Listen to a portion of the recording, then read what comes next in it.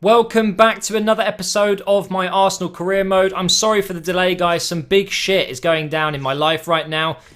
Really exciting stuff. I can't quite say anything yet, but you will find out soon. I will make a video on it eventually. It's pretty big. So actually, I've kind of not played any FIFA whatsoever for a couple of days now. But finally, I got myself some time last night to get going in the career mode. And the first game I played was at Loftus Road here against QPR. Now, by the way, I don't want to spoil a result that happened recently, but Liverpool just came to QPR. If you don't want to know the result, don't listen to this bit. But what an ending to that game. That was absolutely mental, and I can't remember the last time I was that, I don't know, on the edge of my seat. I was literally gobsmacked when those goals went in the extra time. So, absolutely incredible game there, but I don't think that's going to happen against me. Surely it's not going to happen against me in career mode. I really hope not, but I came here knowing that nothing but 3 points would do. We absolutely need to win our games against lower teams. Although QPR on FIFA, I don't class them as a lower team. I actually think they're good enough to be in the top 8 or something like that. Their squad is actually very good indeed, so I don't take them lightly. I know it's going to be a tough game this. We've got Wanyama playing through the middle, as always really. Although he's my CDM, I do like to get him forward. And he almost gets us a goal there, not too bad. The first half was pretty boring. I've got to be honest, guys. It was one of those matches where there wasn't much going on, and we weren't... Dude, excuse me. God, I'm all over the place with my throat there. I don't know what it is. But we were just not getting those chances that were good enough to score. And then in the second half, we kind of just came alive. We've got Welbeck there going through, having a shot, which gets saved by Green. And then we get Monreal on the ball here, who plays it up to Welbeck. Ramsey picks it up here, about 40 yards out. Through to Diaby, who's playing in the middle as well. Rabiot came on as a substitution. And what an impact he made. He goes through about 3 players there and just smashes it across the keeper. 77th minute. That's how long it took me to get through their defence. They've got a solid defence, by the way. And as I mentioned, that Rio Ferdinand comes on. Very close to making it 2-0 there. Keeper comes off their line so quick in this game. And I feel like you're going to see in the last bit of gameplay in this episode that I'm doing through balls, but they're too heavy all the time. It feels like the keeper's always coming out and getting them. We'll discuss that later. But as you've already told by the title, guys, we have the Capital One Cup final against Cardiff. Now, obviously, I've simmed my way here. I haven't played a single match in the Capital One Cup, but a lot of you guys suggested in the comments that I should play the final. So that's what I'm going to do today at the beautiful Wembley Stadium. It's against Cardiff City. So there you can see we've overcome Tottenham, we've overcome Newcastle and Southampton, and now it's just Cardiff in the way.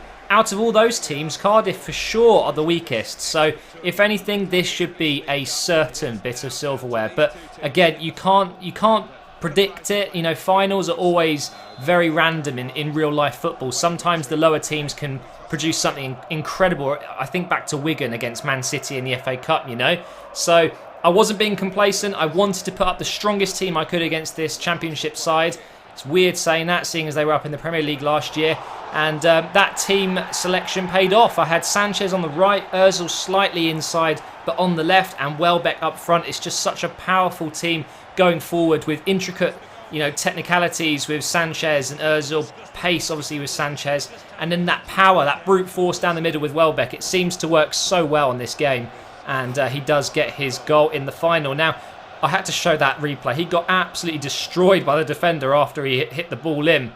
I was just thinking, imagine if he didn't score that and he got taken out. It might have been a red card and a penalty. But either way, we did score and we were 1-0 up. But they were, trying to get themselves back in the game. Cardiff are a decent little side. I feel really sorry for them in real life. They've had a really torrid time with Vincent Tan and managers and things like that. But I wasn't, I wasn't going to sympathise too much. I wanted to destroy them. I wanted to win this game like 2 or 3-0. Because, well, I should be able to. It's a big difference in quality between Arsenal and Cardiff. But I wasn't able to show that, really. The first half came to an end when I was on a counter-attack. Not for the first time, and I tell you what, it's going to happen again in this episode. It's absolute bollocks. I hate it when the whistle goes. But I understand why it happens, because in previous FIFAs, people would just hold the ball in the last few minutes near their own goal, and the game would just never end, which is obviously stupid. But Giroud comes on. We also bring on Rabiot and drop Wilshere into the central defensive midfield role. And Rabiot really is my super sub at the moment. Every time he comes on, he's involved with something. And we do actually get Ozil through here from Giroud. And it's an amazing miss. What the fuck, Ozil? What the actual fuck was that? Is he going to redeem himself? Well, Rabiot's on the ball here. Can he get anything going here? Through the middle to Ramsey. Ozil makes that run on the left. Can he redeem himself? Of course he can. This time with his weak foot. So, let me get this right.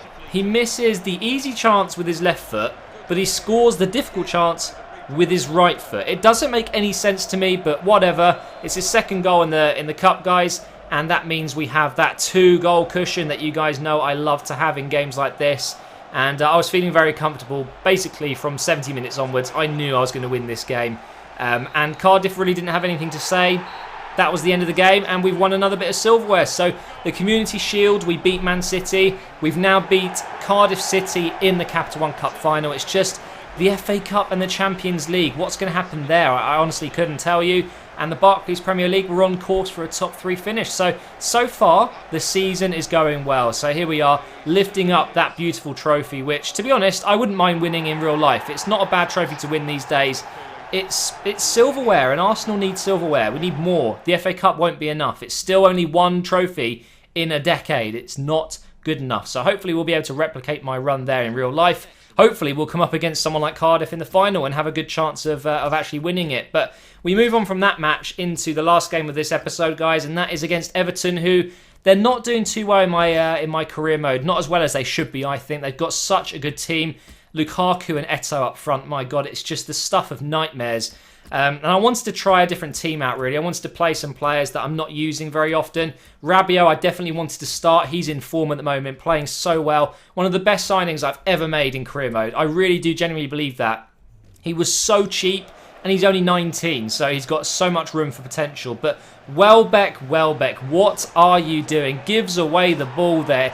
Within 10 minutes, we find ourselves 1-0 down at home to Everton, and it is Eto'o who did actually run off and do his bad back celebration. That was pretty funny. You can unlock that in the catalogue, I believe, so I might have to get that myself. But Eto'o, what a striker he's been in his career, and even at the high age of 63, I think he is now, he's still scoring goals against top teams, top defences like at Arsenal, and it was actually a very good finish. Now we get it over through to Welbeck. Can we reach it? No, we can't. Those are the through balls I'm telling you about. I have so many of them in quick succession here. Ramsey again on the ball here, puts it through, and just yet again, either I'm not quick enough getting to it, or my pass is too heavy, or goalkeepers are just ridiculously quick on this game. I don't know what it is. Either way, it happens yet again here. Tim Howard comes out and collects, which it should have been a goal. It really should. I could have scored two or three goals by now. And yet again, another dodgy final ball there through to Welbeck, which didn't quite get through, and we go into the second half 1-0 down. This is not going to plan. We need to be beating Everton to keep the heat on the top 3 there and make sure we are there at the end of the season. Now, coming to the end of the match here, this was basically the only big chance of the second half I had. Cazorla gets it with a lovely Ronaldo chop there inside to Coleman, and he passes it to Welbeck, and he strokes it into the goal. Now, Coleman, poor defending, very poor defending. To be honest, the whole Everton side there defended terribly, and look at that control from Welbeck. He actually miscontrols it but hits it straight away, making it 14 so far this campaign for Welbeck. What a season it's been for him. Can we get that last minute goal? Of course we can. Look at this on the counter-attack in the last minute. Nope. The referee is going to be an absolute arsehole. Look, there's no defenders there. That was a free run up to the goal, one-on-one with Ramsey and Tim Howard. I was absolutely fuming, but we dropped points at home to Everton. It absolutely sucks. What can you do? We're going to try and cheer ourselves up now. Look at some of my players and how much they're growing. Don't forget, as always, guys, in these squad reports, just click pause on the video if you want to look at each player in more depth. But you can just see, in general, how well these players are performing at the moment. Pretty much everyone in the team is in good form. Everyone has actually grown, except from obviously a few players. Not sure about Wilshere, why he's not growing. The same with Ramsey. I'd expect them to do well. Sanchez is growing, but hasn't actually gone up in his overall. Welbeck, of course, since you've seen the last squad report, hasn't changed much. He's still up by 3. Rosicky has gone down a little bit more. Not in his overall, but his stats have gone down a tad. Rabiot starting to grow a little bit there. Look at Chambers, though. Him and Welbeck are my main growers. And you've got Bella in there as well, who I only heard his voice for the first time recently. He's got such a good English accent. And I really like Hector Bellerin. By the way, I thought he played really well against Hull at the weekend. I think he's definitely someone for the future. And by the way, that whole match, absolutely bollocks. Only Sanchez and Bellerin impressed me that game. Really wasn't very good at all. I was fuming after that match as well. I actually almost made a rant video, but luckily we did score in the last few minutes with Welbeck. And there was no real need to, get too angry because after all, we didn't lose. But whatever, that's for another time when we lose again.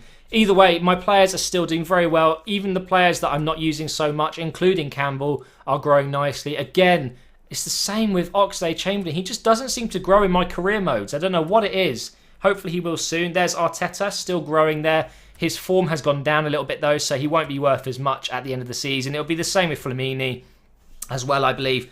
And that's the end of the squad report, guys. We're going to jump into the league table and see where we are at the moment. We really want that third place, and that's exactly what we've got at the moment. We are 3 points above Chelsea. We are 1 point behind United, but Man City are doing fantastic at the moment. They've only lost 3 games, same as Manchester United, so being dominated by Manchester at the moment. But thank you so much for watching, guys. Again, I apologise for the delay. I will be explaining everything soon. It's good news. And please drop a like, and I will see you in the next episode soon.